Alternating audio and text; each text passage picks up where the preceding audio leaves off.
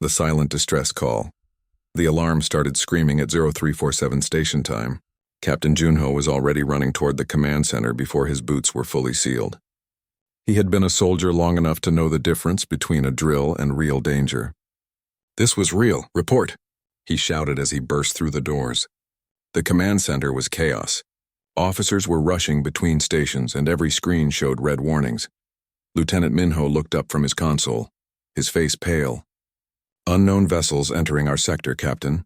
15 contacts, all armed. They're not responding to hails." Junho pulled up the tactical display. The ships were strange, organic looking, like they had been grown instead of built.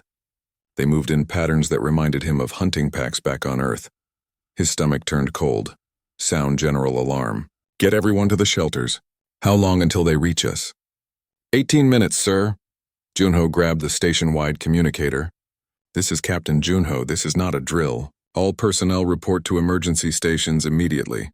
This is not a drill." Throughout Terran Station, 847 people stopped what they were doing. Humans, Quillari traders, Velthun researchers, Granthic diplomats, all of them began moving toward the reinforced sections of the station. Some moved quickly, trusting the urgency in Junho's voice. Others hesitated, unable to believe danger had found them this far from anywhere important. Dr. Hana was in the biology lab when the alarm sounded.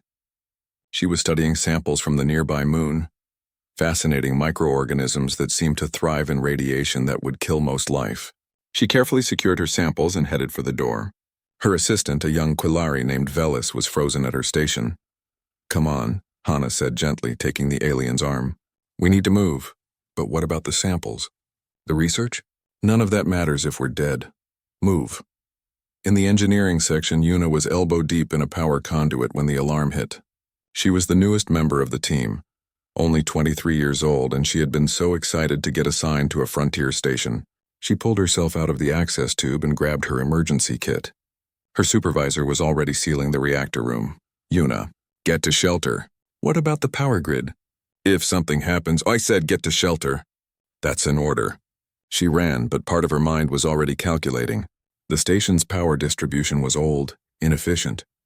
If they took damage to the primary grid, the backups wouldn't hold for long. The unknown ships arrived exactly on schedule. They didn't bother with warnings or demands. The first missiles hit the docking bay, tearing through civilian ships that had been peacefully docked there. Explosions ripped through the outer hull. Alarms that had been loud became deafening. Junho watched from the command center as the attackers began their work. They weren't trying to destroy the station completely. They were being surgical, precise. They took out weapons first, then communications, then the main power junctions. They knew exactly where to hit. "Get that distress signal out," he ordered. Minho's fingers flew across his console. "Broadcasting on all frequencies. Emergency band, trade frequencies, military channels, everything." The distress signal flew out into space at the speed of light, carrying a simple message. Terran Station was under attack. They needed help. Anyone who could hear them, please respond. The signal reached the Quillari trade hub in 43 minutes. The hub was massive, home to millions, with enough ships to mount a rescue operation easily. The Quillari Council met for 12 minutes before sending their response. "Economic conditions make intervention inadvisable at this time. We wish you fortune." It reached the Velthun military outpost in 57 minutes. The Velthun had 3 full battle groups stationed there, powerful enough to handle any threat. Their commander reviewed the request for 19 minutes before responding. "Our forces are currently engaged in operations, unable to provide assistance." It reached the Granthic diplomatic fleet in 1 hour and 8 minutes. The Granthic prided themselves on their civilization, their culture, their advancement. They didn't respond at all. They simply encrypted their communications and went silent. On Terran Station, people were dying. The attackers had breached the hull in 7 locations. They were boarding now, and the defenders got their first look at the enemy. They called themselves the Vorash Swarm, though the defenders didn't know that yet. They just saw nightmares given form, creatures that moved too fast and hit too hard. Junho organized what defense he could. They had 43 security personnel, trained for dealing with drunk traders and the occasional smuggler. They were not trained for this, but they fought anyway, making the Vorash pay for every meter of corridor. Dr. Hana found herself trapped in a shelter with 63 other people, mostly civilians. The doors were sealed, but they could hear fighting outside. A Velthun researcher named Cross was panicking, his breathing rapid and shallow. "We're going to die here. They're going to break through and we're all going to die." Hana moved to the equipment lockers. They had emergency supplies, medical kits, some tools. Not much, but something. "We're not dead yet," she said firmly. "And I don't plan to make it easy for them." She started organizing. The humans understood what she was doing immediately and began helping. The aliens watched, confused. They were used to waiting for rescue, for authorities to handle problems. The humans were preparing to fight with whatever they had. By the end of the first day, 47 people were dead. The Vorash controlled nearly 30% of the station, and no help was coming. Junho stood in the command center, staring at the responses from their neighbors. 3 different powers had received their distress call. 3 different powers had chosen to do nothing. "Lieutenant Minho," he said quietly, "do we still have the emergency beacon active?" "Yes, sir." But no one's answering. "Redirect it. Military frequency, Earth." Minho looked up sharply. "Sir, Earth is 17 days away at best speed. By the time they get here."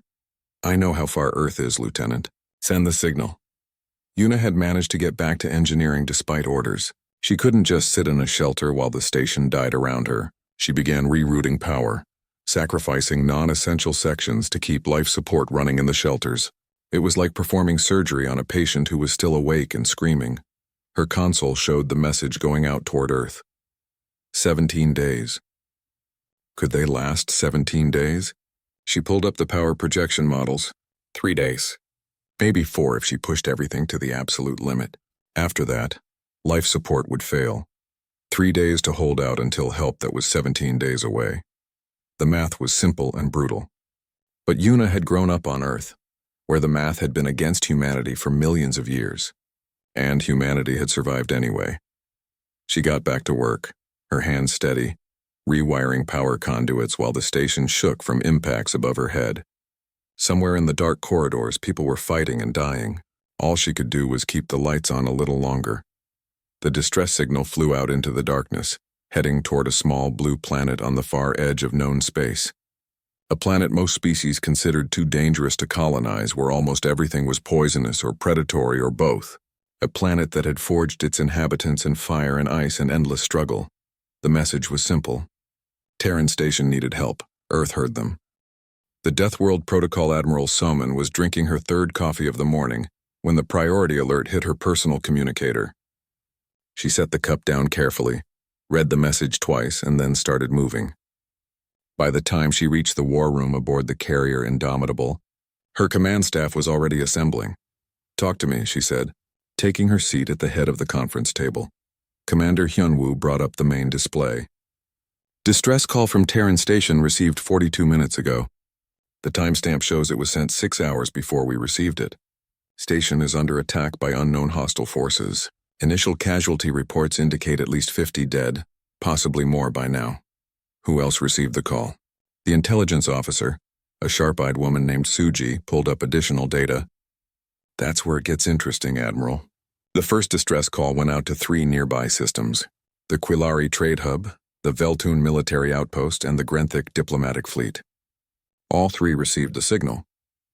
All 3 declined to respond. The temperature in the room seemed to drop. Colonel Deho, commander of the Marine contingent, leaned forward. "Say that again?" "They all received the distress call before we did, sir. All 3 powers are within 4 days' travel of Terran Station. None of them are sending help." Soman felt something cold settle in her chest. "How many people on that station?" 847 at last count. 206 are human. Tactical Officer Taewon pulled up a star chart. "We're 17 light-years out, Admiral. At maximum fleet speed, we're looking at 17 days to reach them. By the time we arrive, I can do the math, Commander." Soman stood and walked to the display, studying the positions of the other powers. So close, they were all so close, and they had chosen to do nothing. "Options," Colonel Deho spoke first. "We go, now, full fleet deployment. We can worry about the politics later." "The Council won't like it," Commander Hyunwoo pointed out. "We'd be launching a military operation without authorization, crossing through neutral space, potentially starting a diplomatic incident." There are 200 humans dying on that station, Deho said flatly. I don't care what the council likes. Salman looked at Suji. Why didn't they respond? What's the tactical situation? Suji brought up files on the attacking force. We got lucky. Terran's automated sensors managed to capture some data before communications were hit. The attackers are identified as the Vorash Swarm. They're biological harvesters, Admiral. They raid stations and colonies for genetic material and organic resources. I've heard of them, Tactical Officer Taewon said quietly. They don't leave survivors. Exactly. And here's what our 3 friendly neighbors know that we're just finding out. The Vorash have hit over 30 stations in the last decade. Standard galactic protocol is to evacuate and abandon the facility. Fighting them is considered too costly. Easier to let them take what they want and move on. The room went very quiet. Fighter Squadron Leader Ji-Wan, who had been listening silently until now, spoke up. They left those people to die because it was easier than fighting. That's the size of it. Soman returned to her seat, her mind working through the implications. Humanity had been part of the Galactic Council for 23 years. In that time, they had worked hard to prove themselves, to show they could be civilized, diplomatic, cooperative.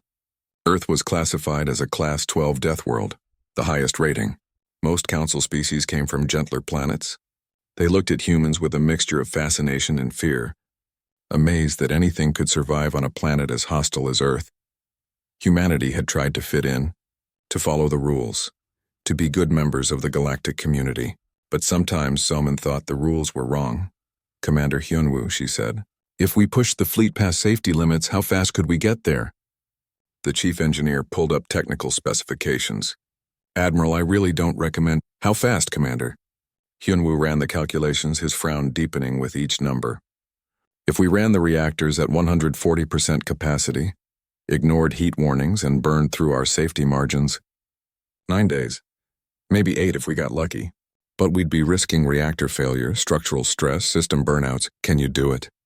Can I? Yes, should I? That's a different question. Colonel Deho was already pulling up deployment rosters. If we're going, my Marines need to start prepping now. We'll need boarding equipment, heavy weapons, medical supplies for mass casualties. I haven't given the order yet, Colonel. Deho met her eyes. With respect, Admiral, yes you have. You're just working through the politics in your head first. But we both know you're not leaving our people to die out there. Soman allowed herself a small smile. Deho knew her too well. But he was right. She had already made the decision. Now she was just calculating the cost. Suji, pull up Deathworld Protocol 7. The intelligence officer's eyes widened. Admiral, that's never been activated. If we invoke that protocol, just pull it up. The document appeared on screen. It was buried deep in Earth's military doctrine, written during the early days after first contact. Deathworld Protocol 7 authorized human forces to act independently when Galactic Council authority failed to protect human civilians. It was meant as a last resort, a break glass in case of emergency measure. Salman read through it one more time, making sure she understood the implications. If she invoked this protocol, she would be declaring that Earth no longer trusted the Council to protect its citizens.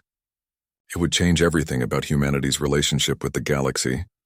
But 200 humans were dying on Terran Station, and their neighbors had decided those lives weren't worth the inconvenience of mounting a rescue. Commander Hyunwoo, start pushing the reactors. I want us moving in 30 minutes. Squadron Leader Ji-Wan, prep your fighters for long-range deployment. Colonel Deho, get your Marines ready for hostile boarding operations. Suji, draft a message to the Council informing them we're invoking Deathworld Protocol 7. What should the message say, Admiral? Soman thought for a moment.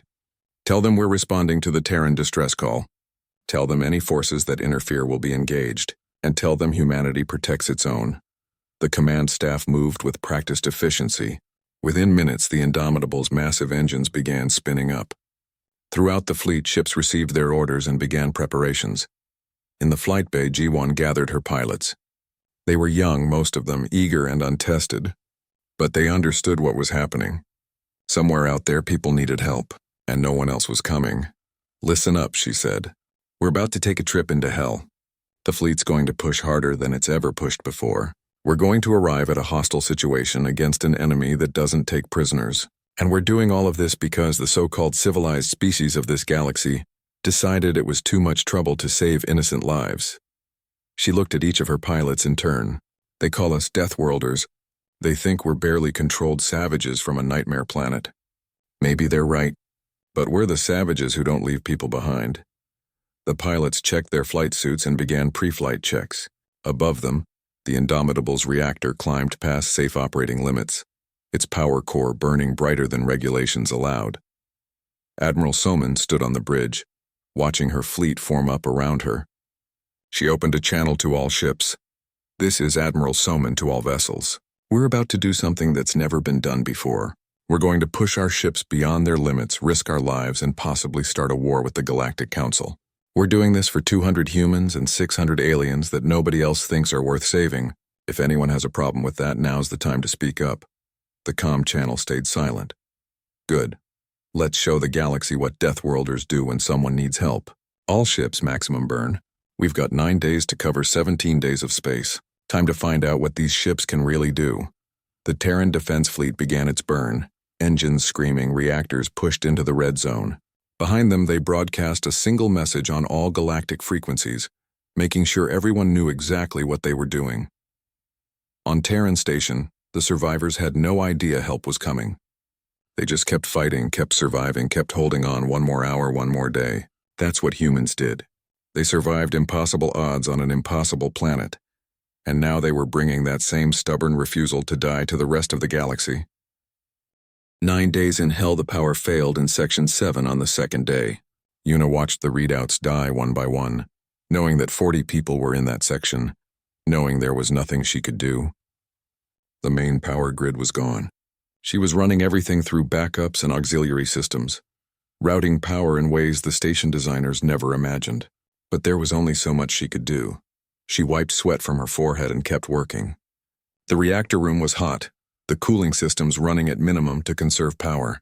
Her fingers flew across the console, shutting down non-essential systems, routing everything to life support and the distress beacon. That beacon had to keep transmitting. It was their only hope. 300 meters away, Captain Junho was fighting a war he couldn't win. The Vorash controlled 40% of the station now. His security forces were down to 28 people, and half of them were wounded. They had retreated to 3 fortified positions, abandoning the rest of the station. He stood in the command center, which had become a makeshift fortress. The doors were welded shut except for one entrance, which was covered by 2 automated turrets they had salvaged from the armory. It wasn't much, but it would slow the Vorash down. Lieutenant Minho was manning the communication station, still broadcasting the distress signal, still hoping for a response. His screen showed the empty void of space around them. No ships, no help, nothing. "Any response to our signal?" Junho asked, though he already knew the answer. "Nothing, sir. The Quilari, Veltun, and Grenthik have all gone silent. Our message to Earth is still in transit." Junho checked his watch. 43 hours since the attack began. If Earth responded immediately, they were still 15 days away. If they had the power, they could last maybe 3 more days. The math was brutal and simple. They were going to die here, but Junho had been a soldier for 18 years. He had learned early that sometimes you fought even when you couldn't win, because giving up was worse than dying. He checked his weapon and returned to the barricades. In Shelter 2, Dr. Hana was doing what she could for the wounded. She had 23 people in various states of injury, and her medical supplies were almost gone. She was using bandages made from torn clothing and antiseptic salvaged from the biology lab. It wasn't proper medicine, but it was better than nothing. The young Kalari, Velis, was helping her. The alien had gotten over her initial panic and was proving surprisingly useful. She had delicate hands, good for detailed work. "Hold this," Hana said, passing her a surgical instrument. They were working on a Veltun researcher who had taken shrapnel to the abdomen. The wound was bad, infected, and Hana wasn't sure he would make it. "But she was trying anyway. Why do you fight so hard?" Velis asked quietly, her voice barely above a whisper. "The logical thing would be to surrender, to negotiate. But you humans, you just keep fighting." Hana didn't look up from her work. "Because we're from Earth. Everything on our planet tried to kill us for millions of years. Predators, diseases, weather, other humans. We learned early that if you give up, you die. So we don't give up. Even when you can't win. Especially then." She finished the surgery and moved to the next patient. There was always a next patient. Aboard the Indomitable, the fleet was tearing through space at speeds that made the engineers nervous. Commander Hyunwoo had stopped sleeping, running from one crisis to another as systems failed and were patched back together. The reactor was running at 143% capacity. The heat sinks were glowing red hot. 3 different safety systems had been manually overridden. Every hour, Hyunwoo expected the whole thing to explode. But it didn't. The reactor kept running, kept pushing, kept burning through fuel at a terrifying rate. The engineers worked in shifts, some sleeping in the engine rooms because there wasn't time to go back to their quarters. "Admiral," Hyunwoo reported on the 3rd day, "we've had to drop 2 frigates out of formation. Their reactors couldn't take the strain. They're performing emergency repairs and will catch up when they can. How's the Indomitable holding up?" Someone asked. "Honestly, I have no idea how we're still moving. By every calculation, we should have suffered a catastrophic failure 2 days ago, but the ship's still running.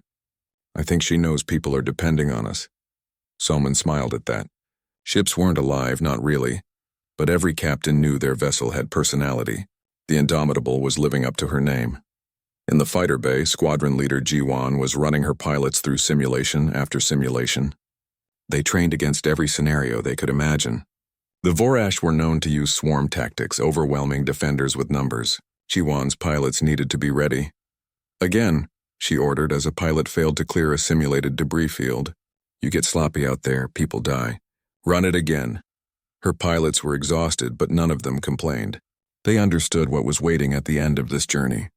They trained until their reactions were automatic, until they could fly and fight while half asleep. Colonel Daeho was doing the same with his Marines. The cargo bay had been converted into a training ground. His troops practiced boarding actions, room clearing, rescue operations. They trained with full gear in high heat conditions because they had no idea what they would find on Terran Station.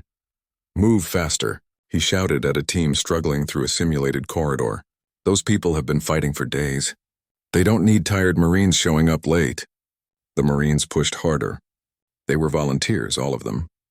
When word had spread about the mission, every Marine on the fleet had requested to be included. Daeho had to turn people away. On Terran Station, Day 4 arrived with more bad news. The Vorash had broken through to Shelter 1. Junho led a desperate counterattack, his remaining security forces fighting in close quarters with an enemy that seemed to feel no pain. They drove the Vorash back but lost 6 more people doing it. Junho himself took a hit, a blade that sliced across his ribs. Dr. Hana stitched him up with thread meant for repairing lab coats, because that was all she had left. "You should rest," she told him. "I'll rest when I'm dead," he replied, and went back to the barricades. Yuna had a breakthrough on Day 5. She managed to reroute power from the station's emergency batteries, systems that were supposed to be untouchable, except in the most dire circumstances. It bought them another day, maybe 2. She sent a message to Junho through the internal comm. "Captain, I've extended our timeline. We can hold for maybe 6 more days if nothing else goes wrong. Good work, Yuna. Keep that beacon transmitting." "Yes, sir." "Captain, do you really think Earth is coming?" There was a long pause before Junho answered. "I think Earth hurt us. Whether they can get here in time, I don't know. But I know they're trying." That's enough. It had to be enough. The fleet hit Day 6 with more system failures. A destroyer's navigation system crashed. A cruiser's weapons array overheated and had to be shut down. The Indomitable's number 2 engine was running at 70% efficiency, but they kept moving. Admiral Soman stood on the bridge watching the distance counter tick down. 11 more days at normal speed. 3 more days at their current burn. "Admiral," her communications officer called out. "We're receiving a transmission from the Galactic Council." "Put it through." A Grenthic official appeared on screen, his face twisted in what might have been concern or anger. It was hard to tell with their species. "Admiral Soman, the Council strongly recommends you abort your current course of action. The Terran situation is being assessed by proper authorities. Your unauthorized military deployment is creating diplomatic tensions." "Tell the Council," Soman interrupted, her voice cold and hard, "that if they spent less time assessing and more time saving lives, I wouldn't need to be here. We're not aborting. If you want to stop us, send a fleet. Otherwise, get out of our way." She cut the transmission. Her bridge crew looked at her with a mixture of shock and approval. "Well," said Tactical Officer Taewon, "that'll be in the history books. Let them write whatever they want." We've got 3 days to cover. Everyone focus on their jobs. On Terran, Day 7 brought disaster. The Vorash breached Shelter 3. 18 people died in the attack, including 2 of Junho's best security officers. The survivors managed to retreat to Shelter 2, but they had lost critical ground. Dr. Hana worked through the night, treating the wounded, the traumatized, the dying. Her hands were steady even as her heart broke. She was a scientist, not a soldier, but she kept working because that's what you did. You worked until you couldn't anymore. Velis, the young Kilari who had been terrified just days ago, was now helping organize the civilians, keeping them calm, distributing what little food remained. She had learned something from watching the humans. Fear didn't have to stop you from acting. Day 8. The Vorash were outside the command center. Juno and his remaining 17 security personnel were making their last stand. They had run out of ammunition for the heavy weapons. They were down to pistols and improvised weapons. The Vorash would break through eventually. Everyone knew it. But they would make the invaders pay for every meter. Yuna was alone in engineering, the last person in that section. She had locked herself in the reactor room. The Vorash were trying to break through the door. She kept rerouting power, kept the beacon transmitting, kept the life support running for the shelters. Her console showed Earth's fleet was still 2-day arrival. The fleet dropped out of faster-than-light travel at Aura 422 station time on the 9th day. Admiral Soman stood on the bridge of the Indomitable, her eyes fixed on the main display as Terran Station came into view. The sight made her jaw tighten. The station was dying. Whole sections were dark, venting atmosphere into space. The hull was breached in dozens of places, carbon scoring showing where weapons had burned through the armor. Debris floated around it like a funeral shroud. "Life signs?" she asked quietly. Tactical Officer Taewon worked his console, his face grim, reading 3 clusters of life signs. Looks like they've fortified in whatever sections are still holding atmosphere. Total count, approximately 300 signatures. Down from 800, 500 people dead. Soman felt rage burn cold in her chest. Hostile contacts? 15 ships in orbit around the station. Various sizes. Scanning now. Admiral, these match the Vorash profile. They're just sitting there like they're waiting for something. They're waiting for the last survivors to die, Colonel Deho said from his position near the tactical station. His Marines were already in the dropships, ready to go. Then they'll harvest whatever they want and move on. Not today, Soman said. All ships, battle stations, weapons free. Let's remind them why you don't mess with Deathworlders. The Terran fleet opened fire without warning or mercy. The first salvo caught 3 Vorash ships completely off guard. One exploded immediately, its reactor breaching in a flash of white light. The other 2 tried to maneuver, but human weapons tracked them with deadly precision. The remaining Vorash ships scrambled to respond. They were experienced raiders, used to picking off weak stations and fleeing from serious opposition. But they had never faced humans before. They had never fought an enemy that had evolved on a world where everything was a predator. Humanity had spent thousands of years developing weapons, not for hunting or self-defense, but for killing other humans. They were very good at it.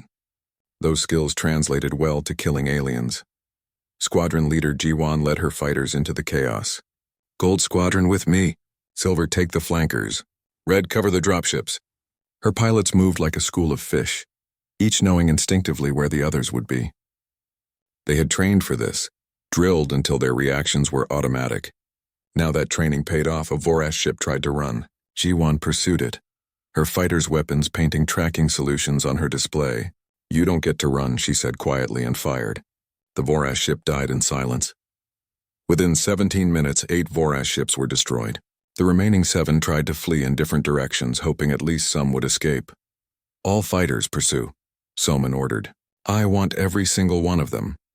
The human pilots were faster, better armed, and absolutely furious. The Vorash had spent days torturing a helpless station. Now they faced an enemy that hit back and hit hard. None of the 7 ships made it to faster than light speed. None of them escaped. As the last Vorash ship died, Colonel Deho's dropships were already burning toward the station. Command, this is Deho, beginning boarding operations. Prepare medical teams for mass casualties. The Marines cut through the station's damaged docking ports with precision. They had trained for hostile boarding, for room-to-room combat, for the worst conditions imaginable. What they found on Terran Station exceeded those expectations. The corridors were a nightmare. Bodies lay where they had fallen, human and alien and Vorash. The walls were scorched from weapons fire.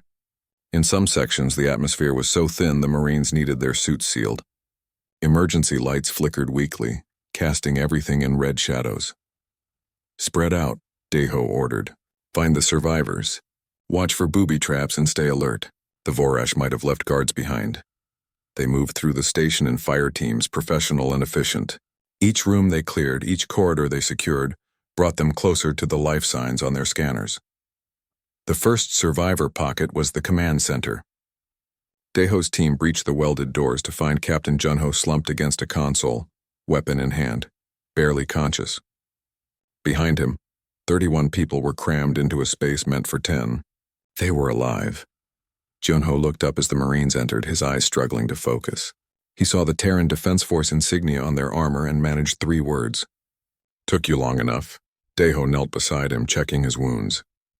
"Yeah, well, traffic was terrible. Let's get you out of here." The second pocket was Shelter 2. Dr. Hana had 48 people there, living and dead mixed together because there was nowhere else to put the bodies. She was still working when the Marines arrived, still treating wounds with supplies that had run out days ago. She looked up at the Marines with eyes that had seen too much. "Are there more coming? I have critical patients who need real medical care. Medical teams are on their way, ma'am. We're evacuating everyone now." "Good. I've done everything I can with what I had." It wasn't enough. A Marine looked around the shelter, seeing the makeshift hospital Hana had created from nothing. "Ma'am, with respect, you kept these people alive for 9 days. That's more than enough." The third pocket was the hardest. Engineering section, specifically the reactor room. The door was sealed from inside and scans showed only one life sign. The Marines cut through carefully, weapons ready, not knowing what they would find. Yuna was sitting at her console, hands still on the controls, fast asleep. The reactor room was like an oven, the heat almost unbearable even through Marine armor. She had stayed at her post, alone, keeping the power running while the Vorash tried to break through the door behind her. The door showed deep scoring marks where they had tried to cut through. She had been maybe 30 minutes from being overrun when the fleet arrived. "Get a medic in here now," Deho ordered. "This kid's a hero." The evacuation took 6 hours. The medical teams led by trauma surgeon Kyung worked with desperate efficiency. They had prepared for mass casualties, but the reality was still shocking. So many dead, so many wounded, so many traumatized. Kyung had served in combat zones before, but this was different. These weren't soldiers who had chosen to fight. These were civilians, researchers, traders, people who had been going about their lives when violence found them. She worked for 40 hours straight, treating everyone who could be treated, making the hard decisions about who to prioritize when resources were limited. Her team performed miracles with exhaustion and determination. Admiral Salmon toured the station personally. She needed to see what had been done here, needed to understand what the Vorash were capable of. What she saw would fuel her nightmares for years. The Vorash had been harvesting biological materials. They had set up processing stations in the sections they controlled. The evidence of what they had done to the captured colonists was beyond horror. "Admiral," Taewon said quietly beside her, "we're finding evidence that this is standard operating procedure for them. They've done this before, many times, and the galactic powers know about it." "Yes, ma'am, they know. They just consider it easier to abandon stations than to fight." Soman stood in the ruins of what had been a peaceful research station, surrounded by death and suffering that could have been prevented. Her jaw set in a hard line. "Get me a secure channel to Earth and start compiling a complete record of everything we found here. Every body, every wound, every piece of evidence. The Council is going to answer for this." The final count was brutal. Of 847 people on Terran Station, 312 survived. Every single human who had made it to the fortified sections was alive. They had fought for each other, protected each other, refused to leave anyone behind. The other survivors, the Quillari and Veltun and Grenthic and dozens of other species, had witnessed something they had never seen before. They had watched humans fight with a determination that seemed insane. They had seen people give their last food to others, share their last water, defend positions they couldn't possibly hold. Velis, the young Quillari trader, spoke to the Terran Marines as they evacuated her. "Your Captain Junho, he could have saved just the humans. You had ships in the docking bay, but he stayed. He fought for all of us. The Marine helped her into the transport. Yeah, that's what we do. We don't leave people behind no matter who they are.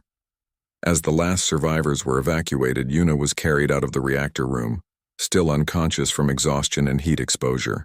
The Marines who carried her did so with reverence.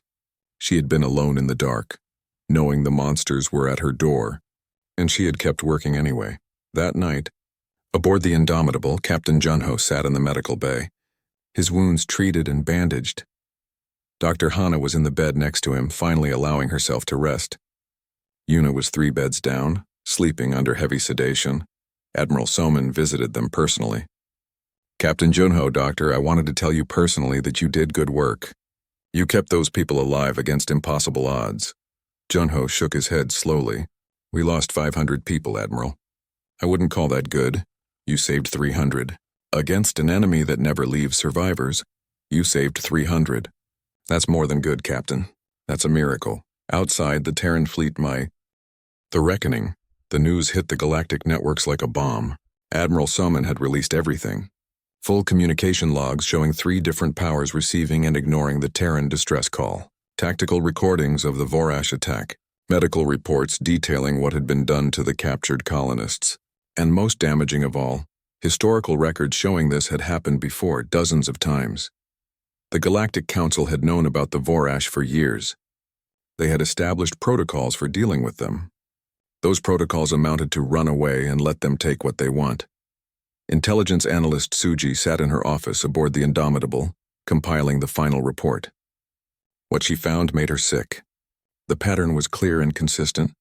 The Vorash would attack a remote station or colony. The distress call would go out. The nearest council powers would calculate the cost of responding versus the cost of abandoning the site. They would choose abandonment every time it was easier, safer, more economical. The council called it pragmatic resource allocation. Soman called it cowardice. The survivors from Terran Station started speaking to the media. They had been rescued, treated, and were recovering aboard human ships. Now they were telling their stories and the galaxy was listening. A Velthoon researcher named Cross gave an interview that went viral across 100 worlds. I thought we were dead. We all thought we were dead. The Quillari, the Velthoon, the Grenthic, they all had ships close enough to save us. They chose not to come. But the humans, they were 17 days away and they came anyway. They pushed their ships until they almost broke. Why? Because Captain Junho asked for help. That was enough for them. Velis, the young Quillari trader, became an unexpected voice for change within her own species. I was raised to believe the Quillari were the galaxy's greatest traders, that we understood value better than anyone. But the humans taught me something. They showed me that some things have infinite value. They risked everything for people they had never met. That's not weakness, that's strength. Dr. Hana gave only one interview and it was brief. I'm a scientist. I deal in facts. Here's a fact. 500 people died on Terran Station. Here's another fact. All of them could have been saved if anyone had bothered to try. The humans tried. They succeeded. Draw your own conclusions. The Galactic Council tried to control the narrative. They issued statements about unfortunate circumstances and complex diplomatic situations. They talked about the need for measured responses and proper protocols. The survivors talked about fighting off the Vorash with improvised weapons while their supposed allies calculated profit margins. It wasn't a fair fight. The Council's carefully worded statements couldn't compete with the truth. Ambassador Jisoo, Earth's representative to the Galactic Council, sat in the council chambers and listened to 3 hours of other species explaining why humanity had acted improperly. The Quillari complained about unauthorized military movements. The Velthoon protested the destruction of Vorash ships without trial. The Grenthic insisted that proper channels should have been followed. When they finally let her speak, Jisoo stood slowly. She was small for a human, barely 5 feet tall, but when she started talking, the chamber went silent. I've listened to you all explain why my people were wrong to save lives. I've heard your concerns about protocols and procedures and proper channels. I have a question. While you were following proper channels, what exactly were you doing for the people dying on Terran Station? The Grenthic delegate tried to respond. The situation was being assessed. For 9 days? You assessed the situation for 9 days while people died? The Vorash are a known threat. Standard protocol is to evacuate and There were 847 people on that station. Where exactly were they supposed to evacuate to? Your ships were 4 days away and you sent nothing. The humans were 17 days away and they came running. The chamber erupted in protests. Jisoo waited for them to quiet down. The Galactic Council has a choice to make. You can accept that humanity will no longer trust you to protect our citizens. We're invoking Sovereignty Clause 7. From this moment, Earth maintains independent military authority. We will respond to any distress call within our operational range, regardless of Council approval. The reaction was immediate and loud. Species shouted over each other, demanding explanations, threatening consequences, calling for sanctions. Jisoo let them vent. When they finished, she continued, "You can sanction us. You can condemn us. You can kick us out of the Council entirely if that makes you feel better. But you will not stop us from helping people who need it. That's not a threat. That's a promise. Humanity protects its own. And who exactly do you consider your own?" The Quilari delegate demanded. "Anyone who asks for help," Jisoo said simply. "We're expanding the definition." She walked out of the chamber to chaos. Behind her, the Council dissolved into arguments that would last for weeks. But Jisoo wasn't worried about the Council. She was thinking about the message she had received that morning from Admiral Sumin. A mining colony in the Kelvar system had just sent out a distress call. Pirates were attacking. The colony had 300 people. The nearest Council military force was 2 weeks away. The Terran fleet could be there in 5 days. Soman hadn't asked for permission. She was just informing Earth that she was responding. That was the new reality. Humanity had decided that some things were more important than politics. Back aboard the Indomitable, Soman was already planning the operation. Her fleet had taken damage during the burn to Terran. 2 destroyers were still undergoing repairs. The Indomitable's reactor needed to be completely rebuilt, but she had enough ships operational to respond to Kelvar. "Admiral," Commander Hyunwoo said during the planning session, "if we keep operating like this, we're going to need more ships. A lot more ships. The galaxy is a big place, and if we're going to respond to every distress call, I know. I've already sent the request to Earth.